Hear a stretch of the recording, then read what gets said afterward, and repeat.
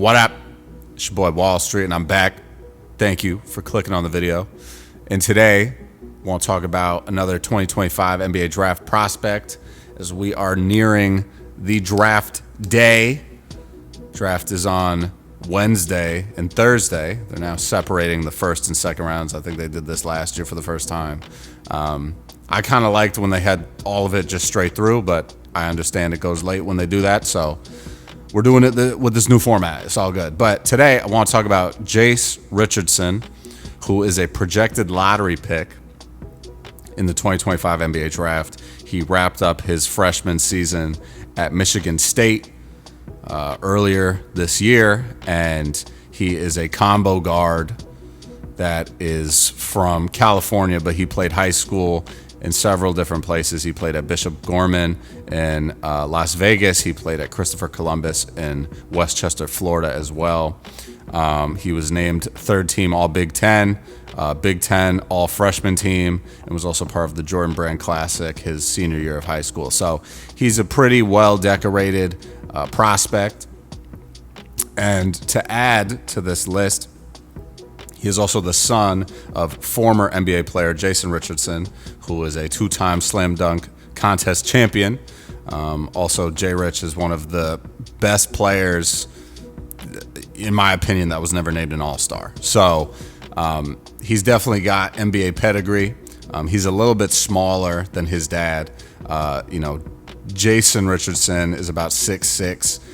Jase is measured at 6'1" and 3/4. So roughly 6'2". And Jase is not as much of a high flyer. He's super athletic. He had a 38-inch vertical. So it's not that he's not athletic. He certainly can get up and dunk the ball, but he's more of a acrobatic finisher in terms of layups and easy lay-ins, jelly fam type of stuff. But I wanted to talk about who his NBA comp is, because when I was watching him, one guy in particular really stuck out in my mind as the guy that is his, ideal NBA comp. And I think it really does make a lot of sense. So that guy that I think is his most accurate NBA comp is Eric Gordon, right? Eric Gordon is a guy who basically matches up in terms of size with Jase. Eric Gordon is not some high-flying prospect by any means, but he can put up points in a hurry. He can come off the bench and put up points. He can be a starter and put up points. He has a very unique, shot. His shot mechanics are super interesting. But he's a bigger guard. He's strong, right? He's like 6'3", but he's a strong guard. So he can kind of bully guys into the paint and, just finish around them. And I see a lot of that in Jase's game. So I think that one makes the most sense. I've also heard like Peyton Pritchard, Monte Ellis. I don't think he's really as quick off the dribble as Monte Ellis. I think there's similarities, but I think Eric Gordon makes a lot more sense. But Jase is projected to go 13th overall per Tankathon, one of my favorite websites. Go check it out. 13th overall to the Atlanta Hawks, but I've seen him going anywhere between 11 and 22. So he's got a wide range. He's a guy that could rise up unexpectedly. He's also a guy that could fall down unexpectedly. So, but I think, this is a dude that I think at 18, like the Wizards, I'm a big Wizards fan. If he's there at 18, I would love if the Wizards picked him. Right now, Tankathon has the Wizards projected taking Igor Demin at number 18 overall, which I think would be a better pick than Jase Richardson. But I don't think Igor Demin's going to fall down that far. That's just me personally. But I think it would make sense for Jase to get picked up at 14. I think he makes a lot of sense for the Spurs. That is, if they keep the pick. Obviously, they've been mentioned in trade talks for Kevin Durant or Giannis, and that pick would likely go with whatever else they're sending over to Milwaukee or Phoenix to get one of those guys. But if it remains with the Spurs, I think that's a good pickup for them. I think the Bulls at number 12 could also use him. I think the Blazers at number 11 could use him, but then they're going to kind of have a logjam with a lot of guards. So I'm not sure. I think the Raptors at 9 could use him. I think the Nets at 8 could use him as well, but I don't think he would be the best available player on the board at that point. So it's just tough. I don't know exactly where he's going to go. I think the Grizzlies also at 16, now that they've acquired that pick from the Orlando Magic and the Desmond Bane trade, that could also be a slot where he lands.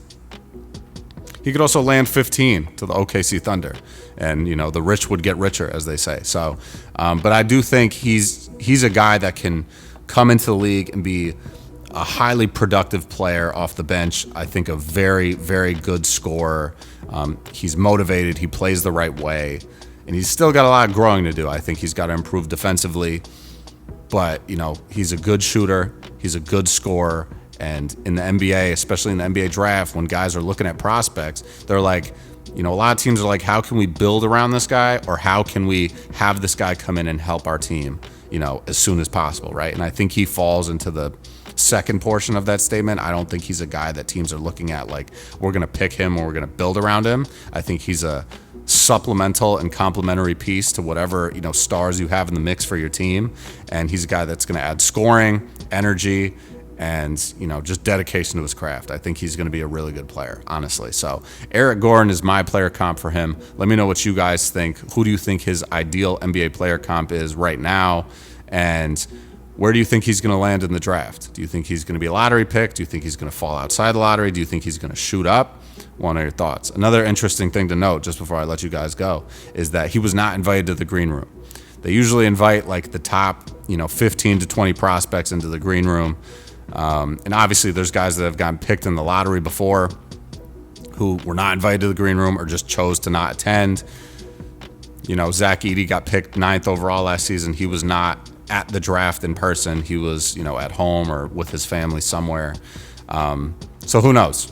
It could mean that he's going higher. It could mean that he's going lower. Getting invited to the green room doesn't mean much in terms of where you're actually going to fall in the draft. So that's all I got. Let me know your thoughts in the comments down below. I'm going to check you guys later, man. Stay up, stay blessed, stay safe, stay humble, handle business, stand on business. Peace out.